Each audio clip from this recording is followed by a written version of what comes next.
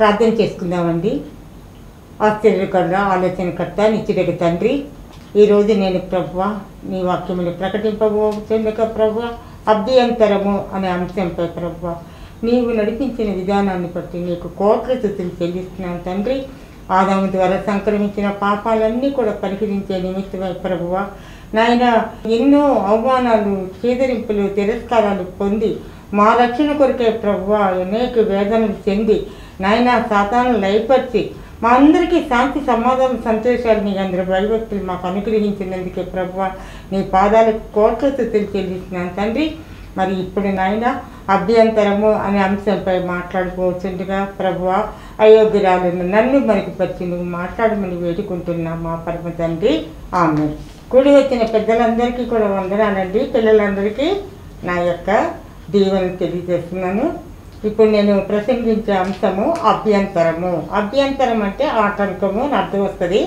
ఇంకా చాలా కూడా అర్థాలు వస్తాయి. అది సందర్భానుకూలంగా మనము తీసుకోవాలి. ఆయన మరి 30 సంవత్సరాలకి నజరేతుని వదిలిపెట్టి మరి యోర్దాను నది వద్ద యోహాను చేత బాప్తిస్మం పొంది ఆ తర్వాత వస్తూ ఉన్నప్పుడు, ఒడ్డు ఎక్కుతూ ఉన్నప్పుడు పరిశుద్ధాత్మ పావు రూపంలో ఆయన చేరుకున్నప్పుడు ఆయన పరిశుద్ధాత్మ పూర్ణుడు అయిపోయాడు. ఆయన దైవ మానవుడు. ఎందుకంటే దేవుని బిడ్డ కాబట్టి దైవసుతుడు భూమి మీదకి వచ్చాడు కాబట్టి ఆయన మానవుడు అయ్యాడు. ఆయనకి దైవ లక్షణాలు ఉన్నాయి, మానవ లక్షణాలు కూడా ఉన్నాయి. మరి దైవ లక్షణాలతో ఆయన మరి నీళ్ళని ద్రాక్షరసంగా మార్చడం, మరి సముద్రం మీద నడవటం, 5 రొట్టెలు 2 చేపలని 5,000 మందికి భోజనం పెట్టడము, మరి ఎన్నో అద్భుత కార్యాలు ఆయన దైవ లక్షణాలతో ఆయన చేశాడు. మరణించిన వారిని లేపటం వంటి కార్యాలన్నీ కూడా. అయితే మరి తర్వాత ఆయన ఏం చేశాడు, 12 మంది శిష్యుల్ని ఆయన ఏర్పాటు చేసుకుని వాడికి తగినటువంటి శిక్షణ ఇచ్చి మీరు సువార్తను నలుదిశలో కూడా ప్రకటించాలని వారికి చెప్పి తనతో పాటుగా సువార్తకి అనేక ప్రదేశాలు ఆయన తీసుకెళ్ళటం అనేది జరిగినట్టుగా పరిశుద్ధ గ్రంథం మనకి చెప్తుంది. అయితే గలిలయ మొదలుకొని యూదా దేశం అంతా కూడా ఆయన తన సువార్తను ప్రకటించాడు. ఏమని, పరలోక రాజ్యం సమీపంగా ఉంది, మారుమనసు పొందండి, రక్షణ మార్గంలో నడవండి అని ఇంకా ఎన్నో వివిధమైన విషయాలని వాళ్ళని పరలోక రాజ్య వారసులుగా చేయటానికి ఎన్నో విషయాలు ఆయన వారందరికీ కూడా తెలియచేయటం తన బోధల ద్వారా తెలుస్తుంది అని మన పరిశుద్ధ గ్రంథము చెప్తుంది. మరి ఆయన ఈ వాక్య పరిచర్య చేసేటప్పుడు ఎంతోమంది కానుకలు ఇవ్వటము, ఆతిథ్యం ఇవ్వటము, ఆ జనులందరూ కూడా గ్రామ ప్రదేశం వాళ్ళందరూ కూడా చేశారంట ఆయనకి. ఎందుకంటే మానవ రూపంలో ఉన్న దైవం కదండి ఆయన, అందువల్ల. ఆ తర్వాత మరి ఆయన ఏం చేశాడు, మరి ఈ బోధ చేసేటప్పుడే నానా విధములైనటువంటి రోగులను స్వస్థపరిచాడు, అద్భుత కార్యాలు చేశాడు, దెయ్యాలను వదలగొట్టాడు, మరి మూగా చెవిటి వారిని బాగు చేశాడు, కనుదృష్టి లేని వారికి కంటి చూపుని అనుగ్రహించాడు, దెయ్యాలను వదలగొట్టాడు.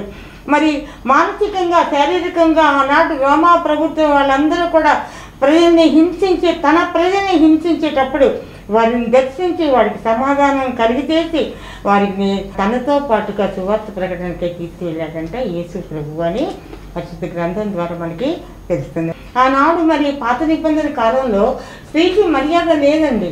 అలాంటప్పుడు ఈయన పతనావస్థలో ఉన్నటువంటి ఆనాటి స్త్రీని నూతన నిబంధనలో యేసుక్రీస్తు పురుషులతో పాటు అన్ని విషయాలు కూడా సమానమైనటువంటి అధికారాలు ఇచ్చి స్త్రీలు వాక్యం చదవాలి, మరి వాక్యం ప్రకటించాలి, తర్వాత సభలు ఏర్పాటు చేసుకుని సువార్త ప్రకటించాలనే అద్భుతమైనటువంటి వారి యొక్క పురోభివృద్ధి కోసం ఎన్నో కార్యాలు ఆయన చేశారంటే అంత గొప్ప దేవుడు యేసుక్రీస్తు. అయితే మరి ఆయన దైవ మానవుడు కాబట్టి మానవ లక్షణాలు ఆయనకు అన్నీ కూడా పుష్కలంగా ఉన్నాయి. మనం ఏ విధంగా అయితే ఏ లక్షణాలు కలిగినాయో అవన్నీ కూడా యేసుక్రీస్తుకి ఉన్నాయి. చూడండి, దాహం వేసింది ఆయనకి, లాజరు చచ్చిపోయినప్పుడు దుఃఖించి ఏడ్చాడు. మరి ఆయన అలసట పొందినప్పుడు నిద్రించాడంట, మరి ఆకలి కొన్నాడంట, కన్నీరు విడిచాడంట లాజరు చచ్చిపోయినప్పుడు. మరి ప్రార్థన నిత్యమో ఆయన ప్రార్థన చేస్తూనే ఉండేవాడు. ఎందుకోసం, మన బాగు కోసం, మన సుఖంగా ఉండాలనే ఉద్దేశంతో. మరి మరణించాడు, సమాధి చేయబడ్డాడు, తిరిగి లేచాడు. ఎందుకు తిరిగి లేచాడు? ఆయన దైవం కాబట్టి మళ్ళీ తిరిగి లేచడం అనేది జరిగింది. మనకి ఇప్పుడు అంశం ఏంటంటే నాది అభ్యంతరము అంటే ఆటంకము అని అర్థం వస్తుంది. ఇంకా కూడా కొన్ని అర్థాలు కూడా వస్తాయి, నానార్థాలు ఉంటాయి కదండి పదాలకి. అనుగా మన సందర్భాన్ని కూడా మనం అనుసరించాలి. ఆయన కపెర్నహూములోకి వెళ్ళినప్పుడు ఒక శతాధిపతి కపెర్నహూము అనే ఒక ఊరు, అక్కడికి వెళ్ళినప్పుడంట ఆయన బోధ చేస్తున్నాడు యేసుక్రీస్తు ప్రభు. అప్పుడు ఒక శతాధిపతి అంటే తన క్రింద 100 మంది అధికారులు ఉన్నారన్నమాట. ఆ 100 మంది అధికారులకు పైన ఆయన అధికారి. అయితే ఈ శతాధిపతి వచ్చి, ప్రభువా, ఆయన నా దాసుడు పక్షవాత రోగంతో మంచం మీద పడింది, మరణించడానికి సిద్ధంగా ఉన్నాడు అన్నప్పుడు, పద వెళ్దామంటే, వద్దు ప్రభువా, నువ్వు నా గృహానికి రావటానికి నాకు యోగ్యత లేదు తండ్రి, నీ మాట చేత నా దాసుడు స్వస్థపడతాడు ప్రభు అన్నప్పుడు, ఆయన నీ యొక్క దాసుడు స్వస్థపడు కాక అన్నప్పుడు ఆ దాసుడు స్వస్థపరచడం అనేది జరిగింది. మరి ఆయన మాట ద్వారా ఏమే అద్భుతాలు ఒక్కసారి కొంచెం మనం పరిశీలిస్తే, నీళ్ళని ద్రాక్షారసంగా మార్చాడు, మరి శతాధిపతి దాసుని మరి స్వస్థపరిచాడు, దాసుడు స్వస్థపరిచాడని మాట చేత అది స్వస్థపడిపోయాడు. అలాగే 38 సంవత్సరాల నుంచి రోగగ్రస్తం అయినటువంటి వ్యక్తిని దర్శించి, ఏం కోరుకుంటున్నావు నువ్వు నాకంటే, స్వస్థపరిచి ప్రభు అంటే నువ్వు స్వస్థపడదుగా కానీ వెంటనే అతను స్వస్థపడటం అనేది జరిగింది. తర్వాత ఎప్పుడైతే లాజరు మార్త గృహానికి వాక్యం ప్రకటించడానికి యేసుక్రీస్తు వాళ్ళ ఇంటికి వెళ్ళినప్పుడు, మరి ఏమో పాదాల దగ్గర కూర్చొని వాక్యం వినేది, మార్త ఏమో వంట పనిలో ఉండేది. ఈ లాజరు ఆయన బోధ చేసేటప్పుడు వెళ్ళిపోయాడు. అందుకని వాక్యం వినకుండా వెళ్ళిపోయాడు కాబట్టి మరణం అనేది అతనికి తటస్థించింది. మరణించిన తర్వాత అతను సమాధి చేయటం జరిగింది. అప్పుడు యేసుక్రీస్తు ప్రభువు అక్కడికి వచ్చి, కదా నాకు లాజరు సమాధి చూపించండి అన్నప్పుడు సమాధి దగ్గరికి వెళ్తాడు. యేసయ్య వెళ్ళి, లాజరు బయటికి రా అని మాట అనగానే వెంటనే ప్రేత వస్త్రాలతో బయటికి వచ్చేసాడంట. అంటే ఆయన మాటలో అన్ని అద్భుత కార్యాలు జరుగుతాయి. ఆయన అందుకే పరిశుద్ధ గ్రంథం అంతా కూడా మాటలే కదండి. అందువల్ల మనం ఎప్పుడు కూడా పరిశుద్ధ గ్రంథాన్ని నిత్యము చదువుతూ ఉంటే మనకు శాంతి, సమాధానం, సంతోషము, మరి వేదాలన్నీ కూడా తొలగిపోవటం, ఎన్నో అద్భుత కార్యాలు పరిశుద్ధ గ్రంథాన్ని చదవటం ద్వారా మనకి కలుగుతుంది. అందువల్ల నిత్యము సమయం దొరికినప్పుడల్లా పరిశుద్ధ గ్రంథాన్ని మనము చదవాలండి. మరి ఆయన ఎప్పుడు కూడా అంటే సమాజ మందిరాల్లో ఆయన బోధ చేస్తూ ఉంటాడంట. ఈ విషయం ఎక్కడుందంటే మార్కు సువార్త 6వ అధ్యాయము 3వ వచనంలో తెలుస్తుంది. మీరు దయచేసి మీరు బైబిల్ విప్పి నేను చెప్పే రిఫరెన్స్ చూడండి. దయచేసి ఉట్టిగా వినటం కాదు కానీ పరిశుద్ధ గ్రంథాన్ని కూడా ఒకసారి పరిశీలించండి. అయితే మార్కు సువార్త 6వ అధ్యాయం 3వ వచనంలో ఏముందంటే, విశ్రాంతి దినమున ఆయన సమాజ మందిరంలో బోధించుతూ ఉన్నప్పుడు అనేకులు ఆయన బోధ విని ఆశ్చర్యపడిపోయారంట.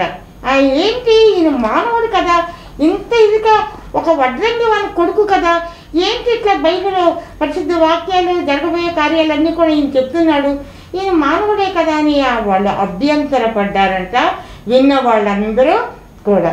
అయితే అప్పుడు ఏమనుకున్నారు, ఇతడు యాకోబు, యోసేపు, యూదా, సీమోను ఇతని సోదరులు కదా, ఇతని సోదరి మనలందరూ కూడా మనతో కూడా ఉండి పరిచర్య చేస్తున్నారు కదా, మరి ఇతనికి బైబిల్ వాక్యాలు చెప్పడానికి ఇంత, బైబిల్ బోధ చేయడానికి ఇంత శక్తి ఎక్కడి నుంచి వచ్చిందని విన్న జనులందరూ కూడా అభ్యంతరపడ్డారంట. అంటే సందేహపడ్డారంట, ఏంటి ఇతను అంత దేవుళ్ళలాగా మాట్లాడుతున్నాడు ఏంటి అని వాళ్ళంతా కూడా డౌట్ పడ్డారనమాట. ఆ తర్వాత ఆయన కపెర్నహూముకు వచ్చినప్పుడు ప్రతి సంవత్సరం కూడా ప్రతి ఒక్కరు కూడా యెరూషలేములో పన్ను కట్టాలండి. ఆ పన్ను కట్టేటప్పుడు ఏంటంటే యేసుక్రీస్తు 1/2 శిఖము పన్ను కట్టాలి అన్నప్పుడు వీళ్ళు కపెర్నహూములో పేతురుతో పాటు యేసుక్రీస్తు వచ్చినప్పుడు ఆ పన్ను వసూలు చేసే దాసులు అందరు కూడా వచ్చి పేతురుతో అన్నారంటే, ఏంటి యేసుప్రభు పన్ను కట్టలేదేంటి అన్నప్పుడు ఆ మాటలు యేసుక్రీస్తు విన్నాడట. ఎందుకంటే దైవం కదండి ఆయన, వాళ్ళు మాట్లాడి కూడా ఆయనకి వినిపించి అప్పుడు పేతురుని పిలిచి అంటాడు, మనం వాడికి అభ్యంతరకరం కాకుండా నువ్వు సముద్రం దగ్గరికి వెళ్ళినప్పుడు వల వేసినప్పుడు మొదటిగా నీకు ఒక చేప పడుతుంది, ఆ చేప నోరు తెరువు, నువ్వు తెచ్చినప్పుడు దాని నోటిలో ఒక శకము అంటే నాణ్యం అనమాట, ఒక శకము ఉంటుంది, దాన్ని తీసుకువచ్చి 1/2 శకమేమో నాకు పన్ను కట్టు, 1/2 శకమేమో నీకు పన్ను కట్టు అని చెప్పినప్పుడు ఆ విధంగా పేతురు వారికి పన్ను కట్టడం అనేది జరిగింది. ఇక్కడ ఏం తెలుస్తుంది, నువ్వు అభ్యంతర పడకుండా, అంటే మనము పన్ను కట్టే నిజాయితీ పట్లుగా మనం ఉండాలి కానీ వారికి డౌట్గా మాత్రం మనం ఉండకూడదు అని చెప్పి అభ్యంతరకరం వారికి లేకుండా నువ్వు వెళ్ళి ఆ శకము వారికి సమర్పించని యేసుక్రీస్తు చెప్పడం జరిగింది. ఆ తర్వాత ఆయన బాప్తిస్మిచ్చే యోహాన్ని మరి సువార్త ప్రకటిస్తున్నాడని చెప్పి అరణ్యంలో వారు రోమా ప్రభుత్వం అంతా కూడా ఖైదీగా చేశారంట. ఖైదీగా చేసినప్పుడు ఈ బాప్తిస్మిచ్చే యోహాను యేసు అని తెలియదు, దేవుడని ఎవ్వరికీ తెలియదండి. ఎందుకంటే ఒక దాసుని స్వరూపం ధరించి భూమి మీదకి వచ్చాడు ఆయన. అప్పుడు ఇన్ని కార్యాలన్నీ అద్భుత కార్యాలు, మరి 5,000 మందికి భోజనాలు పెట్టడము, వీళ్ళు మరణించి వాళ్ళని లేపటము, బాధల్లో దుఃఖంలో ఉన్న వాళ్ళని దగ్గరికి వెళ్ళి ఓదార్చటము, కుష్ఠవ్యాధి పీడితులని మరి బాగు చేయటము, ఈ కార్యాలన్నీ చేస్తున్నారు కదా ఆయన. అవన్నీ కూడా బాప్తిస్మిచ్చే యోహాను విని తన శిష్యులతో ఆ సమయంలో బాప్తిస్మిచ్చే యోహాను జైల్లో ఉన్నాడంట. రోమా ప్రభుత్వం వాక్యం ప్రకటిస్తున్నాడని చెప్పి బంధించాడంట. అప్పుడు తన శిష్యులతో కౌలు చేస్తాడు, యేసుక్రీస్తు దగ్గరికి పంపిస్తాడు. వాళ్ళని ఏమంటే అడుగుతాడు, నువ్వే రానయ్యున్న యేసుక్రీస్తువా, లేకపోతే మేము ఎవరి కోసమైనా చూసుకోవాలా అని డౌట్తో అభ్యంతరపడ్డాడంట. ఎవరు? బాప్తిస్మిచ్చే యోహాను. అతను యేసుక్రీస్తు అని అతను నమ్మలేదు. అందువల్ల తన శిష్యుల్ని డౌట్ క్లియర్ చేసుకోవటానికి యేసు ప్రభు దగ్గరికి పంపించాడంట. పంపించినప్పుడు ఆయన ఏమంటున్నాడో ఒక్కసారి చూడండి. మత్తయి సువార్త 11వ అధ్యాయం 6వ వచనం ఒక్కసారి చూడండి. అక్కడ ఏమంటున్నాడంటే, గుడ్డివారు చూపు పొందుతున్నారు, కుంటివారు నడుచున్నారు, కుష్ఠరోగులు శుద్ధులవుతున్నారు, చెవిటివారు వినుతున్నారు, చనిపోయిన వారు లేపబడుతున్నారు, బీదలకు సువార్త ప్రకటింపబడుతున్నది అని వారితో శిష్యులతో, ఎవరు? యోహాను శిష్యులతో చెప్పాడంటే యేసుక్రీస్తు. అప్పుడు చివరిగా ఏమంటున్నాడంటే, నా విషయమై అభ్యంతర పడని వాడు ధన్యుడు. బాప్తిస్మ యోహాను నన్ను దేవునిగా భావించలేదు, ఈయన అద్భుత కార్యాలు చేసినా కూడా అతను నమ్మట్లేదు యేసుక్రీస్తుని దేవుడు అని చెప్పి. అందువల్ల ఏం చెప్తున్నాడంటే యేసుక్రీస్తు, నా విషయమై అభ్యంతర పడని వాడు ధన్యుడు. నన్ను విశ్వసించాలి. మానవుడు ఎవరు చేస్తారండి ఇన్ని కార్యాలు? సముద్రం మీద ఎవరు నడుస్తాడు? మరణించిన వాడిని ఎవరు లేపుతాడు? ఈ స్వస్థత కార్యాలు ఎవరు చేస్తారు? ఆహా, ఏమనుకోవాలి బాప్తిస్మ యోహాను? ఇతడే యేసుక్రీస్తు మానవ రూపంలో ఉన్నవాడు అని నమ్మమని చెప్తున్నాడు యేసుక్రీస్తు. అలా నమ్మితే ధన్యుడు, నమ్మలేదు కాబట్టి ధన్యుడు కాదని అర్థం అనమాట. రోమా 16వ అధ్యాయం 17వ వచనం ఒకసారి గమనించండి. రోమా 16వ అధ్యాయము 17వ వచనం. మీరు బైబిల్ ఎంత చదివితే అంత ధన్యులండి. సర్వ ఆశీర్వాదాలు మీకు వస్తే సాతాను పారిపోతాడు, ఇల్లంతా పరిశుద్ధాత్మతో నిండుతుంది. అందుకనే రోమా 16:17 వచనం ఒకసారి చూడండి. పౌలు చెప్తున్నాడు, సహోదరులారా, మీరు నేర్చుకొనిన బోధలకు వ్యతిరేకముగా భేదములు వ్యతిరేకంగా ఎవరైనా కలిగజేసినట్టు ఆటంకాలు కలిగజేస్తే వారిని వదిలిపెట్టి వచ్చేసేయండి. మీరు వాళ్ళ నుండి తరిగిపోండు. వారేంటంటే వారి కడుపు పోషించుకోవటానికై ఇచ్చకప్పు మాటలు మాట్లాడుతూ మిమ్మల్ని మోసపుచ్చుతూ ఉంటారు. మీకు ఎక్కడైనా కానీ చర్చెస్లో కానీ సభల్లో కానీ దైవవాక్యం ప్రకటించేటప్పుడు అటువంటి వాక్యాన్ని మీరు అనుసరించండి. కానీ ఎవరో మీ వద్దకు వచ్చి మేము దేవుని బిడ్డలం అని చెప్పి లోక విషయాలు మీకు ఏమైనా చెప్పినట్లయితే వారిని విడిచి మీరు వదిలిపెట్టేయండి అని చెప్పి మరి పౌలు చెప్తున్నాడు. తర్వాత ఆయన 1 యోహాను 2:10 వచనం ఒకసారి పరిశీలించండి. 1 యోహాను 2:10 వచనం. తన సహోదరుని ప్రేమించేవాడు వెలుగులో ఉన్నవాడు. తన సహోదరుని ప్రేమించమని చెప్తున్నాడు దేవుడు. సహోదరుల ఐక్యత కలిగితే ఎంత మనోహరం అని చెప్పాడు దేవుడు. ఇక్కడ ఏం చెప్తున్నాడంటే తన సహోదరుని ప్రేమించేవాడు వెలుగులో ఉన్నవాడు. ఎవరు వెలుగులో ఉంటారు? ఆకలి కొన్న వారికి ఆహారం పెట్టడం, రక్త సంబంధులకి ముఖము తిప్పకుండా ఉండటం, వస్త్రహీనునికి వస్త్రం ఇవ్వటం, దీనులను ఆదరించటం, ఇతరుల బాధల్లో పాలు పంచుకోవటం, ఇవి వెలుగులో ఉన్నవారు. ఇంకా ఏం చెప్తున్నాడు?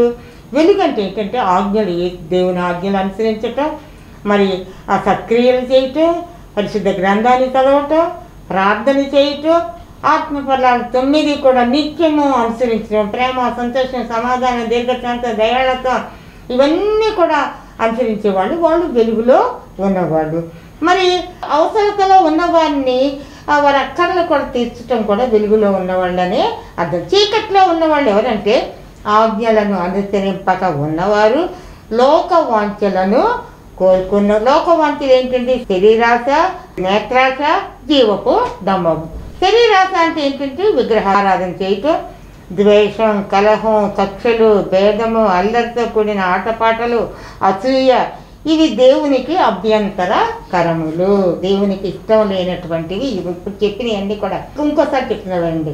దేవునికి ఇష్టం లేని ఏది?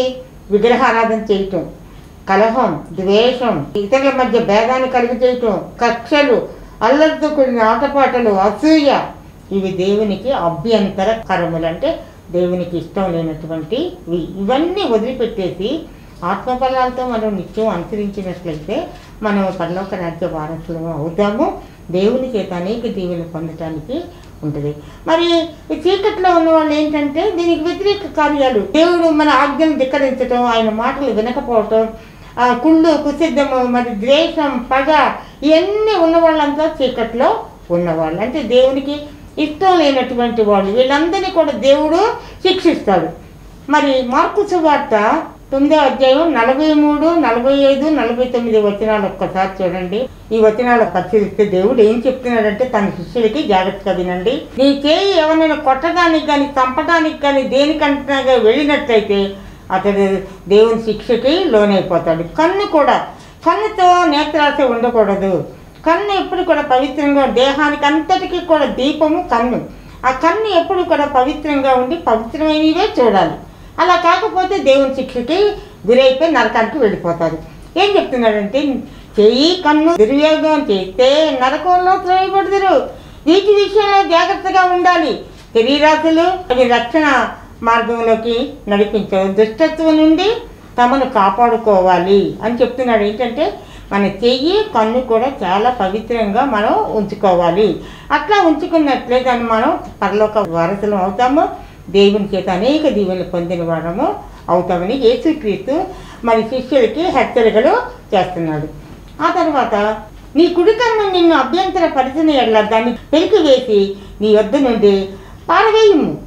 నీ దేహం అంతా నరకంలోకి వెళ్ళే కంటే ఒక అవయవం లేకపోయినప్పటికీ కూడా నువ్వు స్వర్గానికి వెళ్ళగలుగుతావు. కాబట్టి నీ కుడి కన్ను అభ్యంతర పడితే పీకేయి, నీ కుడి చేయి అభ్యంతర పడితే దాన్ని పీకేసేయి.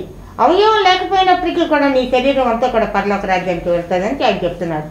ఆయన శిష్యులతో ఇట్లా చెప్పాడు.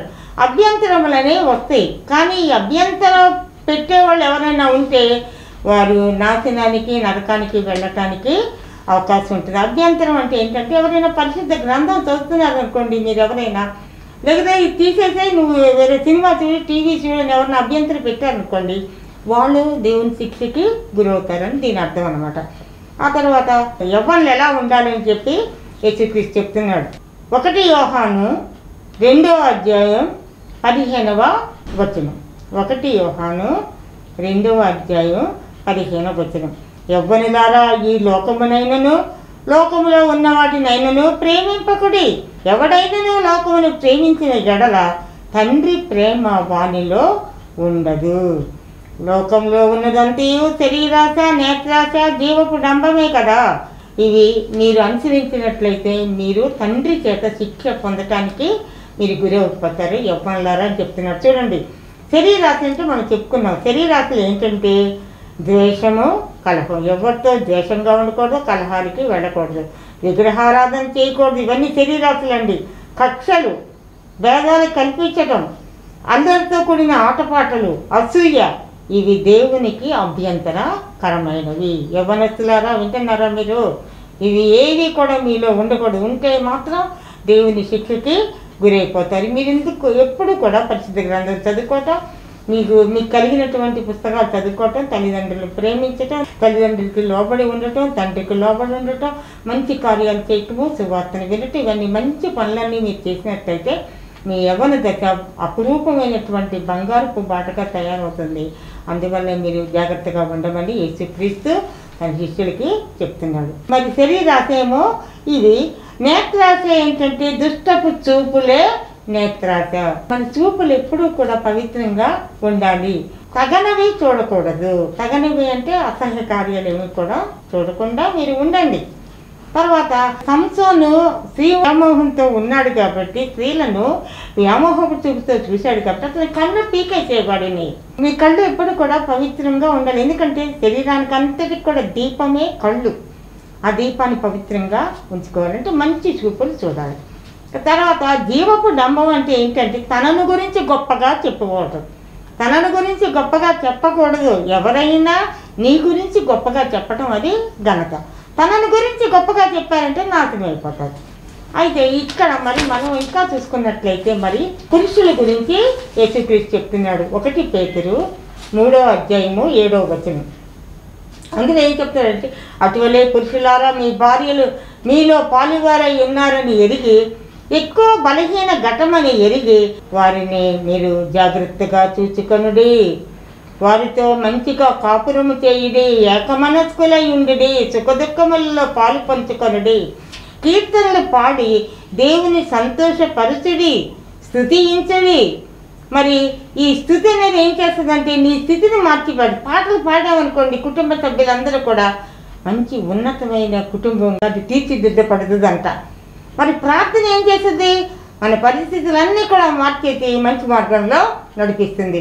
వాక్యం ఏం చేస్తుంది? నీ జీవితాన్నే మార్చివస్తుంది. అందుకే పరిశుద్ధ గ్రంథాన్ని మనం చదివినప్పుడు మనం ఎప్పుడు కూడా దేవునికి అంగీకారం యోగ్యమైనటువంటి వాడిగా మనము సిద్ధపడతాం, దేవుని నుంచి దీవెన పొందుతాం. మరి మత్తయి సువార్త 13:56 వచ్చిన ఒకసారి పరిశీలించండి.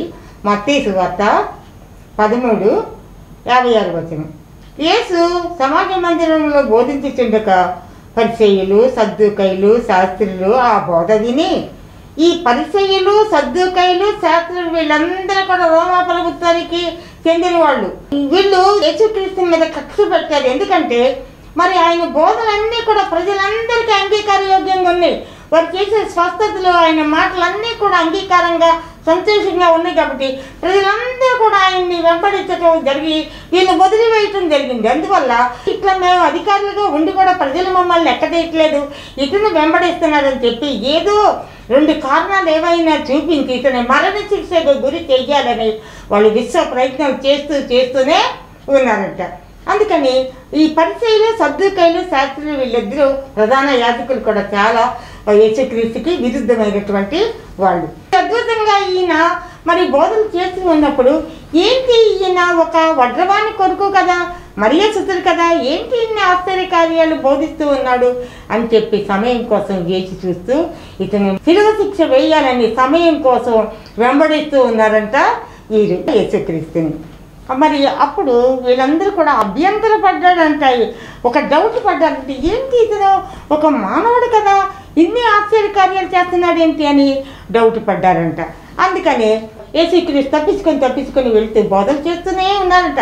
ఆయన బోధలు వినటాన్ని సముద్రాలు దాటి కూడా వచ్చి బోధ విని వాళ్ళందరూ కూడా మారుమనసు పొంది రక్షణ మార్గంలో నడవటం అనేది జరిగింది. నీ సహోదరుడు ఏదైనా కూడా మరి ఇష్టపడని వస్తువులు నువ్వేమన్నా పెడితే అతను వద్దు అన్నాడు అనుకో, అవి పెట్టమాకు, నువ్వు దీవెనలు పొందుతావు, అతను శిక్షకు గురవుతాడు. ఎందుకంటే నేను ఇచ్చే ఆహార పదార్థాలన్నీ కూడా పవిత్రమైంది, అతను తిరస్కరిస్తున్నాడు, నువ్వు పెడుతున్నావు కాబట్టి అతనికి శిక్ష పడుతుంది, నీవేమో దీవెనలు పొందుతున్నావు అని చెప్తారు. ఈ విధంగా మనం ఎన్నో అభ్యంతరమైనటువంటి కార్యాలు మనం నూతన నిబంధనలో మనం చూస్తామండి. చివరిగా ఏం చేశాడంటే చివరిలో మేడగదిలో అయినా తన శిష్యులతో చెప్తాడు, ఇదిగో నాకు మరణం సమీపంగా ఉన్నది, నేను మరణించబోతున్నాను, ఇది ఆఖరిగా నేను మీతో భోజనం చేసే భోజనం ఇది, ప్రభురాత్రి భోజనం ఇది, మేడగదిలో శిష్యులతో చెప్పేశాడంట. ఆయన దేవుడు కదా చెప్పేశాడు. అప్పుడు శిష్యులు కూడా యేసుక్రీస్తు అని గుర్తించారంట. అప్పుడు ప్రభురాత్రి భోజనంలో ఆ రొట్టెనిచ్చి వాళ్ళకి పంచటం, మరి ఏమో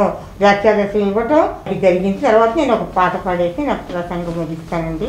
నూతన గీతమునే పాడేదా మహోన్నతుడా యేసయ్యా, నువ్వు చేసిన త్యాగము మే మరువము, మహోన్నతుడా యేసయ్యా, సమర్పణతో సేవించెదము నిన్నే, సజీవులుగా ఆరాధించుము నిన్నే, నూతన గీతమునే పాడేదా మహోన్నతుడా యేసయ్యా, సిలువ శిక్షను భరించినావు, శత్రువులను క్షమించినావు, స్వార్థమెరుగని సాత్వికుడా, నీకు సాటెవ్వరు, నీవే మా దైవము, నీవే మా మార్గ గీతమునే పాడేదా మహోన్నతుడా యేసయ్యా.